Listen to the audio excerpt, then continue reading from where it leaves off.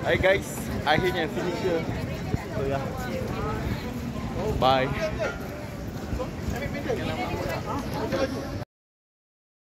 Kita orang, Assalamualaikum dan selamat pagi. Hari ni Isnin 10 Jun.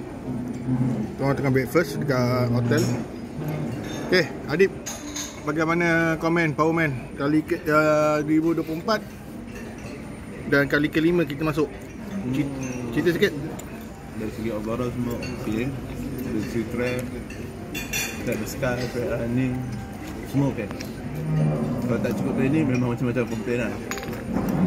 So untuk tahun depan yang nak masuk, pastikan cukup training. Jangan manja-manja. Apa dia? Jangan manja-manja. Ha, jangan manja-manja. Tekan dia. Okay, semua lain okey lah, tak ada apa-apa. Semua okey, tak ada apa. Cuma medal lah kali ni kecil sikit. Dari tahun-tahun yang sebelum agak wati sikit lah. Tapi disebabkan brand Powerman tu kuat. So ya, kita go. Baiklah, medal macam besar Ironman Oh, besar medal Ironman. kalau lagi tahun depan buat ada tuala lah Powerman kan, macam channel catat ke Baik, mana dia? Kena catat oleh Ironman je. bukan tuala yang macam channel catat. Itu beli kedai bukan finisher barang. Dapat lah dapat? Tapi yang ni lah, kira ada nampak lah Powerman punya ni kan, merchandise selain daripada jersey. Alright.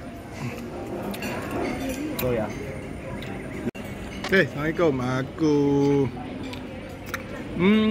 pakai baju Unimark Austria.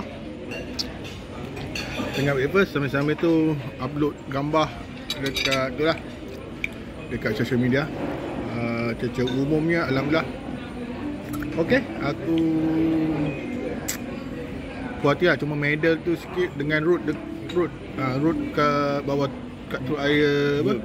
Gua tu kat bawah troli tu. Bawah troli lah, bawah terowong tu agak scary lah. Agak scary sikit lah, sebab tengok masa aku lalu tu Scary dan dangerous. ada beberapa accident kot. Sebab tengok bidon visor pecah kat situ. Keseluruhannya okey lah, puas hati.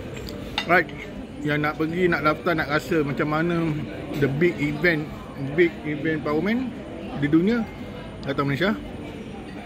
Memang nice. Semalam cuaca agak okey, cuma akhirnya hujan lebat dengan ribut. Alright, jumpa lagi. Assalamualaikum.